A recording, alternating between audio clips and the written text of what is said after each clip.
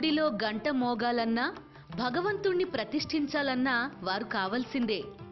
వారి చెయ్యి పడితే ఎంతటి కంచు ఇత్తడైనా అందమైవలసిందే. ఆ విగ్రహాలు దేవీ దేవుళ్ల విగ్రహాలే. కంచు ఇత్తడితో వీరు తయారు చేసే వస్తువులు కళ్లను కట్టేస్తాయి. ఇత్తడితో తరతరాలు పూజించే బొమ్మలు చేస్తారు. కంచు ఇత్తడిని కరిగించి వంచి అందరూ మెచ్చే బొమ్మలు తయారు చేసే వీరిని విశ్వబ్రాహ్మణులని అంటారు. వీరి మీదనే ఈ వారం బతుకు చిత్రం.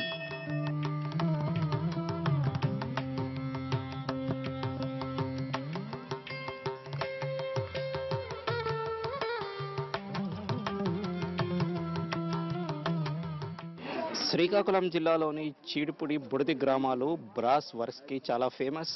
ఈ కళాకారులు ఎన్నో ఏళ్లుగా ఆ బ్రాస్ వర్క్ చేసి ఎంతో సేవలు అందిస్తున్నారు. ఇక్కడ చుట్టుపక్కల ఉన్న దేవాలయాలకే కాకుండా వ్యక్తిగతంగా కూడా ఎవరైనా ఆర్డర్స్ ఇస్తే వాళ్ళ ఆర్డర్స్ కూడా బ్రాస్ వర్క్స్ చేసి పెడుతున్నారు. వారిపైనే ఈ వారం మన బతుకు చిత్రం.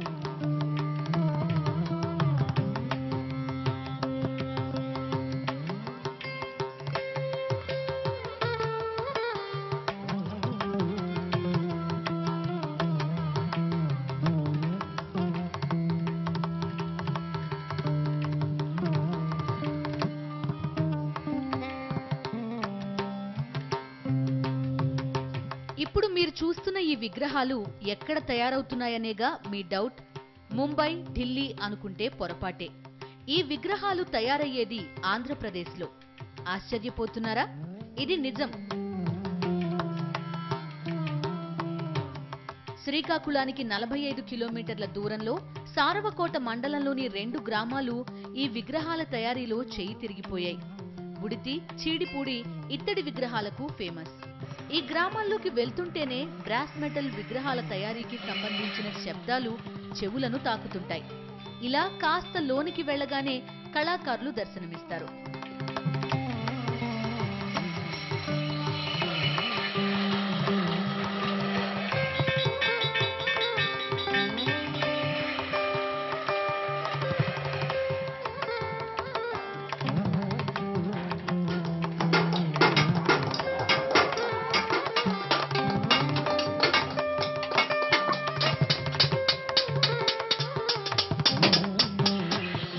కొన్ని తరాలుగా ఇదే పని చేస్తున్నారు.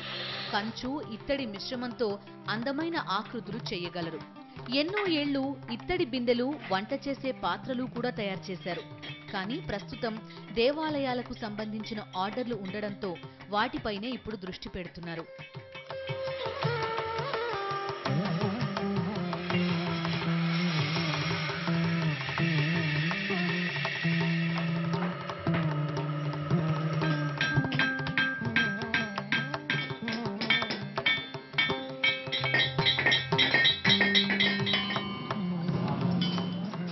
ఇప్పుడు మీరు చూస్తున్నది చీడిపూడి గ్రామంలోని విశ్వబ్రాహ్మణ కుటుంబాలు ఉంటున్న వీధి.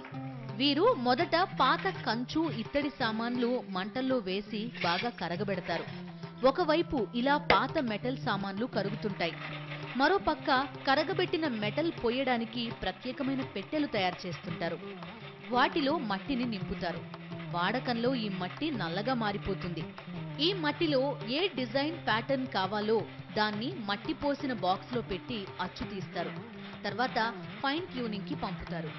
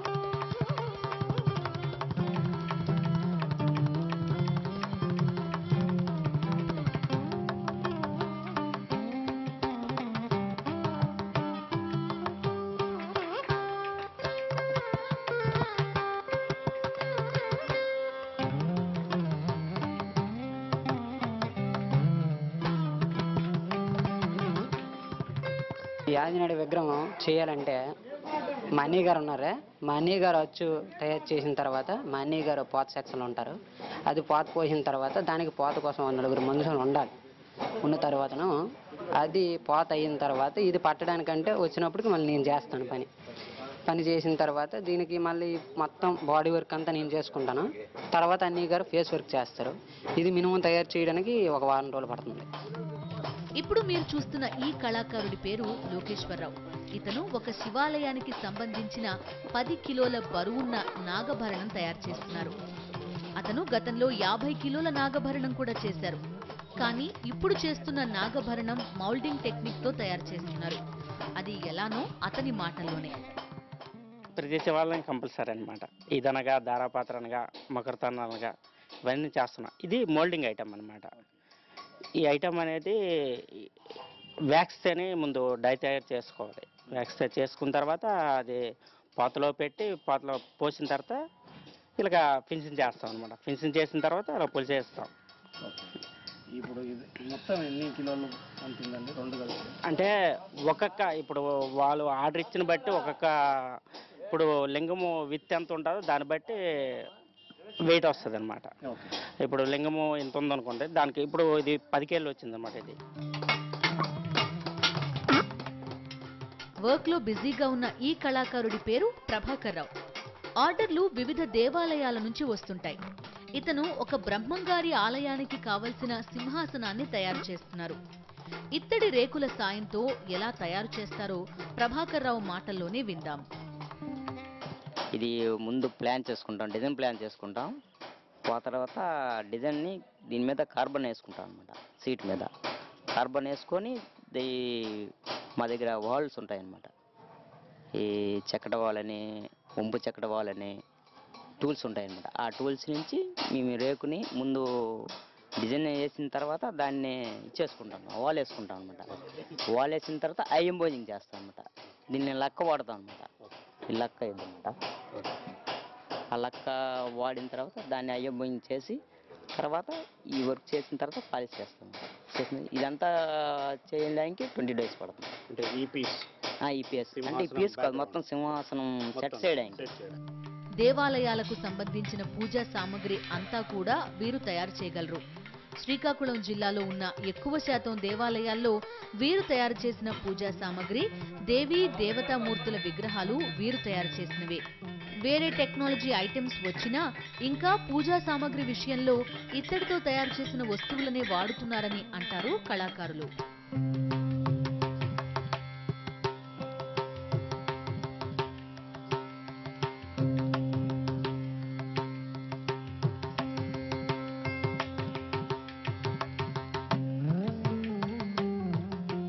పూజా సామాగ్రి మొత్తం దేవాలయానికి సంబంధించిన సామాగ్రి మొత్తం చేస్తాం. మీరే చేస్తారు? మీరే చేస్తాం. అంటే శ్రీకాకుళంలో ఏ దేవాలయం అయినా మీరు చేసిన ఇంచుమించు 70% వర్క్ చేస్తున్నాం సార్.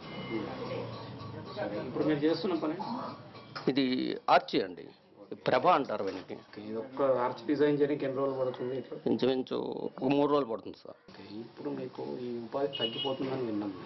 అంటే ఇప్పుడు ఎలా వచ్చిందంటే రాను ప్లాస్టిక్ వీటికి సంబంధించిన ఐటమ్స్ అన్నీ మారిపోవటం వల్ల కొంచెం దేనిని కొంచెం తగ్గుబాటు రూపంలో ఉందన్నమాట. కానీ దేవాలయాల ప్రతిష్ట రూపంలోకి వెళ్తే కొన్ని ఐటమ్స్ బాగున్నాయి. ఇత్తడి విగ్రహాల తయారీ ఏ ఒక్కరితోనో కాదు.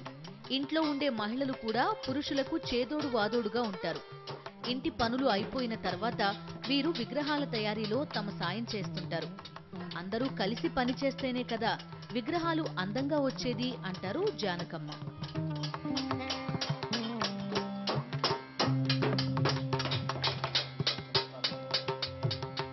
పన్నెండు గంటలకు చేస్తాను వర్క్. మళ్ళీ మా అన్నయ్య గారు ఈ వర్క్ నేర్పించారు.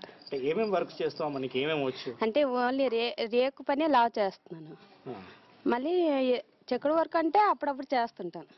అంటే అంత ఎక్కువ మగవాళ్ళే చేయాలి కదా, మీరు చేస్తున్నారు, మీకు ఇబ్బంది అనిపించట్లేదా? ఇబ్బంది ఏం లేదు, అంటే నేర్చుకున్నాను కాబట్టి ఇబ్బంది లేదు. అంటే మీరు ఒక్కరేనా మహిళలు చేసేది గ్రామంలో? ఇంకా లేదు, హెల్ప్ చేస్తుంటారు. ఇప్పుడు మీరు చేసేది ఏంటమ్మా? ఇదే సింహాచలం. ఎన్ని రోజులు పడుతుంది అదంతా మీకు? ఇదే వారం రోజులు పడుతుంది. వారం రోజులు. అంటే ఆర్ట్ వేసుకొని మళ్ళీ గేర్లు వేసుకొని మళ్ళీ ఎంబజింగ్ వర్క్ చేసినప్పుడు వారం రోజులు పడుతుంది. అంటే మీకు అవన్నీ వచ్చు? అవన్నీ అంటే అన్నీ చేస్తాను, ఫస్ట్ నుంచి లాస్ట్ వరకు వర్క్ చేస్తాను.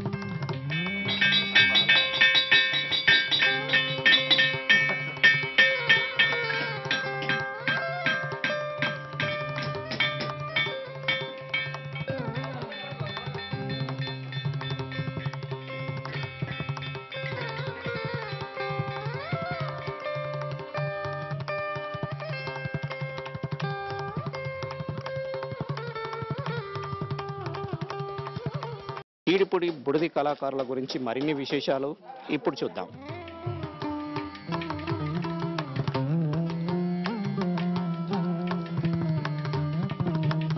గుడిగంటల తయారీ కూడా చీడిపూడిలో ఎన్నో ఏళ్ల నుంచి సాగుతోంది. వీటిని తయారు చేసేవారు కూడా విశ్వ బ్రాహ్మణులే. వీరికి ఎక్కువగా ఆర్డర్లు దేవాలయాల నిర్వాహకులు, వివిధ షాపుల వారు, డైరెక్ట్ గా వచ్చి ఆర్డర్లు ఇచ్చేవారు ఉంటారు.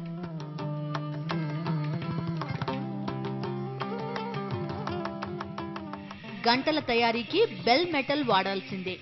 మరి ఈ మెటల్ ఎక్కడి నుంచి వస్తుందో వారినే అడుగుదాం. వాళ్ళు ముడి సరుకు ఇస్తే మేము దాన్ని పోసి తయారు చేసి వాళ్ళకి ఇస్తాం. బయట ఆర్డర్లు వస్తే ఏమైనా వస్తే ఒప్పుకుంటాం. కిలో 850 రూపాయలు పడుతుంది. బెల్ మెటల్ బెల్ మెటల్ మామూలు ఏరియా నుండి వస్తుంది, లోకల్గా వస్తుంది. పాత గిన్నెలు పూర్వీకులు వాడేవారు కదా భోజనాలకి, ఆ పాత వస్తే అవి తీసుకుని వచ్చి మేము కరగబెట్టేసి పోస్తాం. బెల్ మెటల్ తో వివిధ సైజుల్లో గంటలు తయారు చేయాలంటే ఫస్ట్ వ్యాక్స్ మట్టితో గంట ప్యాటర్న్ తయారు చేస్తారు. తర్వాత పిడకలతో కాల్చి కరగబెట్టిన బెల్ మెటల్ ని పోస్తారు. తర్వాత ఫైన్ ట్యూనింగ్ చేస్తారు. గంట కొట్టినప్పుడు ఆ పెద్ద సౌండ్ రావడానికి షేప్ తేవడం చాలా కీలకం. ఇప్పటి వరకు వీరు 5 కిలోల నుంచి 280 కిలోల గంటలు తయారు చేశారు. ఈ 280 కిలోల గంట ఓ మాజీ ముఖ్యమంత్రి సమాధి మీద పెట్టడానికి తయారు చేశారు. నేదుపల్లి జనార్దన్ రెడ్డి వాళ్ళ సమాధి మీద మనం ఇచ్చేసామండి. అదేంటే మనకి హైదరాబాదు నుంచి మనకి ఆర్డర్ వచ్చింది. 2006 ఆ టైంలో చేసాం. మాకు అది దగ్గర 2 నెలలు పట్టింది సార్. ఎందుకంటే అది ప్యాటర్న్ తయారు చేసుకోవాలి. వాటికి ప్యాటర్న్స్ ఉండవు, వీటికైతే చందనికైతే ప్యాటర్న్స్ రెడీగా ఉంటాయి కనుక మాకు పర్వాలేదు. వీరు కేవలం గంటలే కాదు, ఇతర పూజా సామాగ్రి కూడా తయారు చేస్తారు. వీరికి రాష్ట్రం నుంచే కాకుండా ఇతర రాష్ట్రాల నుంచి కూడా ఆర్డర్లు వస్తాయి. ప్లేట్లు నాకు నాగపూర్ నుంచి ఆర్డర్ వచ్చాయి. వాళ్ళు 4-5 రాష్ట్రాలు తిరిగారు, ఎక్కడ ఎంత పెద్ద సైజు వాళ్ళు ఎవరు తయారు చేయలేకపోయారు. అక్కడికి నేను తయారు చేయగలిగాను. ఇది మీడియం ప్లేటు, దీని మీద ఇంకా పెద్ద ఉంది. ఇది అక్కడ అమ్మవారు పూజకి వాడతారట, మనకి తెలియదు, వాళ్ళు వచ్చి చెప్పడమే. దీంట్లో ఇది 17 కిలోలండి, ఇంకా 19 కిలోలతో ఒకటి ఉందండి, అలాగే 12 కిలోలతో ఒకటి ఉందండి. చీడిపూడి గ్రామంలోని బ్రాస్ వర్క్ చాలా మందికి ఉపాధి ఇస్తోంది. ఇప్పుడు మీరు చూస్తున్న ఈ వికలాంగుడి పేరు ఎం శంకర్రావు. తన 9వ తరగతి నుంచే ఇత్తడి విగ్రహాల తయారీలో ఉన్నారు. అతను ఒకవైపు తన కుల వృత్తిని చేస్తూనే మరోవైపు చదువుకున్నారు. ఎంఏ బిఎడ్ కోర్స్ పూర్తి చేశారు. కానీ ఇప్పుడు మాత్రం కుల వృత్తిలోనే ఉపాధి పొందుతున్నారు. నేను ఎంఏ బీఈడి చదువుకున్నాను. అయితే తొమ్మిదో తరగతి నుండి ఈ పనిలో చేయడం అనేది జరుగుతుంది. మా బాబాయ్ గారు అయినటువంటి కింతాడ కృష్ణారావు ఆచార్య దగ్గర ఈ పని నేర్చుకోవడం జరిగింది. ఏం చేస్తారు? మకర తోరణ దేవాలయం సంబంధించి మకర తోరణాలు, విగ్రహాలు, డిజైన్ వర్క్, ఫ్లవర్ వాజ్ వర్క్లు అన్నీ కూడా ఆయన దగ్గర నేర్చుకొని నేను ప్రజెంట్ నిరుద్యోగిగా ఉంటున్నాను. ఆయన దగ్గర నేర్చుకొని ప్రజెంట్ మేము జీవనోపాధి సాగిస్తున్నాను. ఒకప్పుడు చీడిపూడి గ్రామంలో బ్రాస్ బిందెలు ఎక్కువగా తయారు చేసేవారు. కానీ ప్లాస్టిక్ వస్తువులు ఎక్కువ కావడంతో బిందెలు తయారు చేసేవారు ఉపాధి కోల్పోయారు. వారు తర్వాత విశ్వ బ్రాహ్మణుల దగ్గర పని నేర్చుకుని ఉపాధి పొందుతున్నారు. తొలి బిందెల పని చేసేవాడిని. అది డౌన్ అయిపోయిన తర్వాత ఈ పనికి వచ్చాను సార్. అలాగా మా గురువు కృష్ణ గారు నేర్పారు. ఎంత వస్తుంది కూలి? ఒక 300 వరకు వస్తుంది సార్. రోజు సరిపోతుందా ఇప్పుడున్న రేట్లకు అనుగుణంగా? సరిపోతుంది. మరి వాళ్ళకి ఇస్తే మనకు కలిగిస్తారు కానీ అంతకంటే అంటే. చీడిపూడిలో బ్రాస్తో విగ్రహాలు, గంటలు తయారు చేసేవారు అంతా విశ్వ బ్రాహ్మణులైనప్పటికీ కొందరు ఇతర కులాల వారు కూడా ఈ పని నేర్చుకుని ఉపాధి పొందుతున్నారు. కాపులమైన నేను ఈ వర్కే నేర్చాను సార్. నాకు భూములు అవేమి రావు, వ్యవసాయం కూడా మాకేమి రాదు. ఈ వర్క్లోనే ఇప్పుడు వరకు ఉన్నాను. నాకు ఒక 2 అబ్బాయిలు, వాళ్ళు చదువుకుంటున్నారు. ఈ వర్క్ ఏమి నేర్చలేదు. అయితే ఏంటంటే నాకు ఆర్థిక పరిస్థితి వలన పెట్టుబడి తక్కువ సార్. ఈ వర్క్ ఏంటంటే పెట్టుబడి ఎక్కువ ఉండాలి. నేను ఎక్కువగా బిందులు చేస్తాను సార్. గవర్నమెంట్ ప్రకారంగా ఆ మధ్య నరేంద్ర మోడీ లోను పెట్టాను. ఒక 50,000 స్కీమ్ ఇచ్చారు సార్. ఇస్తే 50,000 స్కీమ్లో మనకి పెట్టుబడికి చాలు సార్. అసలు శ్రీకాకుళం జిల్లాకు ఇత్తడితో వస్తువులు తయారు చేసే కుటీర పరిశ్రమను తీసుకొచ్చింది జగన్నాథరావు అనే పెద్దాయన. ఆయన మనవడే ఇప్పుడు మీరు చూస్తున్న కింతాల నందీశ్వరరావు. జగన్నాథరావు అనే పెద్దాయన రాజస్థాన్లో బ్రాస్ విగ్రహాలు తయారు చేయడం నేర్చుకుని శ్రీకాకుళం జిల్లాకు వచ్చారు. ఇప్పుడు చీడిపూడిలో నందీశ్వరరావు కుటుంబం, వారి బంధువులు, ఇతర కులాల వారు ఈ పనిలో ఉన్నారు. దాదాపు 40 ఏళ్లు కళాకారుడిగా పనిచేసి ఇతరులకు తమ విద్య నేర్పి నందీశ్వరరావు ఇప్పుడు ఒక గుడికి అర్చకులుగా పనిచేస్తున్నారు. ఇంచుమించు 35-40 సంవత్సరాలు చేశాను. ఇప్పుడు మట్టుకు మరి చెయ్యలేకేటి చేతులేమో కానీ ఇందులోని మాకు బ్రహ్మంగారి ఆలయం ఇక్కడ తయారైంది. ఆ కోసమే ఆ బ్రహ్మంగారి ఆలయంకి అర్చకులు ఎవరు లేకపోతే నాకేమో చెయ్యమన్నారు. సరే అన్నాను. దాని అర్చకత్వంకి నేను వెళ్ళిపోయి అర్చకత్వం చేస్తున్నాను. అర్చకత్వం చేస్తున్నప్పుడు వీళ్ళేమో మరేలా ఈ పని నీకు అర్చకత్వం చేసుకోమనేసి మా పెద్దవాడు నడిపివాడు అనేసారు. ఎంతో కష్టపడి ఇత్తడితో విగ్రహాలను తయారు చేస్తున్న కళాకారులకు గిట్టుబాటు అవుతుందా అంటే లేదనే అంటారు. కొందరికి ఏడాది పొడవునా పని ఉండదని ఆవేదన వ్యక్తం చేస్తున్నారు. రోజుకి 300 పడుతుంది మాకు. హ్యాపీ అంటే మనకి ఎక్కువ వస్తే బాగున్నాను. కాకపోతే మనకి మార్కెట్ ఎలా ఉంటే అలాగే. మార్కెట్ లేదా అంటే మనకి ఇప్పుడు కష్టపడి చేసింది ఇప్పుడు మార్కెట్కి ఇస్తాం. ఆ మార్కెట్ రేటు మారిన తర్వాత మారిపోద్ది. ఆ రేటు మారిపోద్ది. మన రేటు ఎలా ఉంటుందంటే కూలీలోనే ఉండిపోద్ది. మీకు సరైన గిట్టుబాటు రాదు. ఏంటి బాగుందంటే పని చేస్తే పర్లేదు, పని చేయని రోజు ఇబ్బంది. అదే బాధ. మరి ఇంకేంటి ఉంటుంది పని. 6 మాసాలు కరెక్ట్గా ఉంటుంది పని. ఇత్తడి విగ్రహాల తయారీలో డిమాండ్ గతంతో పోలిస్తే తగ్గింది. మరోపక్క కళాకారులకు ఉపాధి గ్యారెంటీ కూడా లేదు. దీంతో కళాకారులు వలసపోతున్నారని చెబుతున్నారు గ్రామస్తులు. ఎందుకు జీవనోపాధి లేదనంటే ఇప్పుడు ఎవరూ కూడా దానికి అంత విలువ ఇవ్వడం లేదు. ప్రతి ఒక్కరూ కూడా డబ్బే చూసుకుంటున్నారు తప్ప విలువైనటువంటి మన సాంప్రదాయ వస్తువులు తీసుకెళ్ళడానికి ఎవరూ మగ్గు చూపుగా ఇక్కడ ఉండే ఈ కార్మికులు వలస వెళ్ళిపోవడం వల్ల గ్రామంలో తయారనేది ఇప్పుడు 5-6 సంవత్సరాలైంది బాగానే తగ్గింది. అంతకుముందు ఏంటంటే వేకువజామున 3 గంటల నుంచి ప్రతినిత్యము సీజను అన్సీజన్ కాకుండా ప్రతిరోజు కూడా మా గ్రామాల నుంచి కనీసం 10-15 మూటలు కూడా బయటికి వ్యాపారానికి వెళ్ళేవి. అటువంటిది ఇప్పుడు 5-6 సంవత్సరాలు అయింది. రోజుకి 1 మూట తయారవడం అనేది చాలా క్లిష్ట పరిస్థితి. ఒకప్పుడు బుడిది, చీడిపూడి గ్రామాల్లో ఇత్తడి పనిచేసే కుటుంబాలు 200 వరకు ఉండేవి. ఇప్పుడు 30కి పడిపోయాయి. కళాకారుల పిల్లలు కుల వృత్తిపై దృష్టి పెట్టకుండా మరింత ఉపాధి కోసం వేరే వృత్తుల మీద దృష్టి పెట్టడంతో విగ్రహాలు చేసేవారి సంఖ్య తగ్గిపోతోంది. ఇప్పుడు ఏంటంటే నాకు ఒక 2 అబ్బాయిలు, వాళ్ళకి ఈ వర్క్ నేర్చుకోండి రా బాబు అని అంటే మీతోనే సరే మరి మేము నేర్చలేము, మరి ఇప్పుడు మీరే మాకు పోషించలేకపోతే ఇంక మేము ఏం చేస్తామనే పరిస్థితి ఏర్పడ్డది. 2 అబ్బాయిలు కూడా ఈ వర్క్ ఏం నేర్చలేదు. వర్క్ బాగా ఇక్కడ ఇది పడిపోయింది, చచ్చుపడిపోయింది, సరైన పోషణ లేక. దాన్ని డెవలప్మెంట్ చేస్తే గవర్నమెంట్ మంచిదే, ఇంకా వర్కర్స్కి ఎంకరేజ్ చేసి.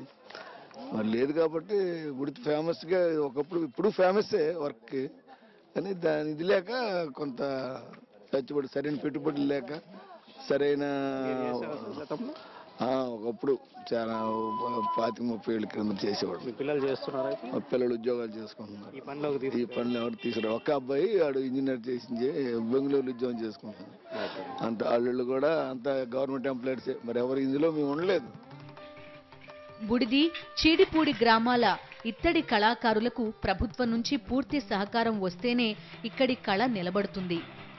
ప్రభుత్వ సహకారంతోనే భావితరాలకు ఈ కళను అందించగలం అంటున్నారు ఇత్తడి కళాకారులు. అంటే మన సంస్కృతి నిలవైనటువంటి ఇలాంటి బొమ్మలు కానీ, డిజైన్ వర్క్ కానీ గవర్నమెంట్ మాకు తీసుకొని మాకు ఉపాధి కల్పిస్తే నిజంగా తరతరాల వరకు కూడా ఇలాంటివి అందించడానికి మంచి అవకాశం అనేది ఉంటుంది. అది గవర్నమెంట్ అనేది మాకు ఎటువంటి సహాయం చేయట్లేదు. దీన్ని గుర్తించి ఇంకా మాకు ముందుకు పోయేటట్లుగా చేస్తే మేము తరతరాల వరకు కూడా మన సంస్కృతి సాంప్రదాయాలు తెలియడానికి అవకాశం ఉంటుంది. ఇప్పుడంతా ఫాస్ట్ యుగం. ఇత్తడి కళాకారులు కూడా ఫాస్ట్ గా ఆర్డర్లు చేయగలగాలి. దీనికి కళాకారులకు కరెంట్ సరఫరా బాగుండాలి. కళాకారులకు ఆధునిక మిషన్లను సప్లై చేస్తే మరింత వేగంగా ఆర్డర్లు చేయవచ్చనేది కళాకారుల అభిప్రాయం. ఇప్పుడు జనాలకి అందరికి ఫాస్ట్ ఇస్ ఫాస్ట్ అనమాట. వాళ్ళకి ఈ రోజు ఇస్తే రేపటికి ఇచ్చేవాళ్ళనేసి ఒక వ్యక్తిత్వం అనమాట. ఇప్పుడు అలాంటి దేనికి మాకేంటంటే కరెంటు ఉండాలి, ఈ ఊరికి గ్రామానికి కరెంటు ఉండాలి. కరెంటు ఉండాలంటే ఒకసారి ఉండదు, ఒకసారి ఉండదు. ఈ ప్రతిష్ఠ పనులు అనమాట, మావన్నీ దేవాలయం పనులు. ఈ ఇవ్వాలంటే మాకు కొన్ని మిషన్లు కావాలన్నమాట. కొన్ని మిషన్లు కావాలంటే కొంత అమౌంట్ ప్లే చేయవలసి వస్తుంది అనమాట. ఆ అమౌంట్ పెట్టాలంటే మేము పెట్టే స్తోమత మాలో లేదనమాట. ఇది ఒక ఐటెం చేసామంటే ఒక 10,000 రూపాయల ఐటమ్కి ఒక 7,000 వరకు కూడా ఐటమ్ అదే మెటీరియల్ కాస్ట్ పడిపోద్ది అనమాట. ఆ 3,000 మాకు కూలి వస్తుంది అనమాట. అది 10 days పడుతుంది అనమాట. ఒకళ్ళ వాళ్ళు కూడా అవ్వదనమాట. అదే కొన్ని మిషన్లు ఉన్నాయన్నమాట, దీనికి సంబంధించిన కొన్ని మిషన్లు ఉన్నాయి. ఆ మిషన్లు వస్తే మాకు చాలా హెల్ప్గా ఉంటుంది అనమాట. ఇప్పుడు ఎక్కడ చూసినా మేక్ ఇన్ ఇండియా నినాదం. కానీ తరతరాలుగా ఇత్తడి విగ్రహాలను, పూజా సామగ్రిని, గుడి గంటలు తయారు చేసే ఈ శ్రీకాకుళం జిల్లా కళాకారులకు ప్రభుత్వ సాయం అందకపోవడం విచారకరం.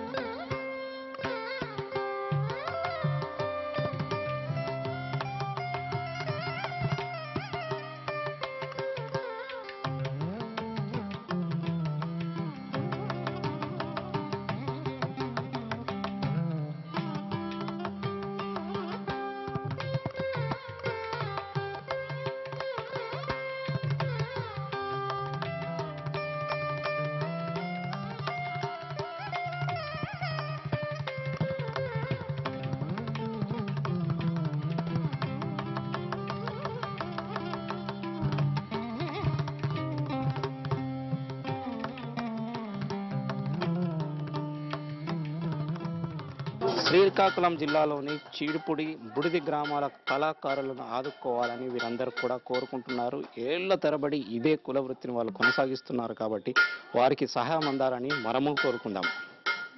ఇది ఈ వారం బతుకు చిత్రం. వచ్చే వారం తిరిగి మరో ఎపిసోడ్లో కలుసుకుందాం. టిల్ దెన్ కీప్ వాచింగ్ సాక్షి టీవీ.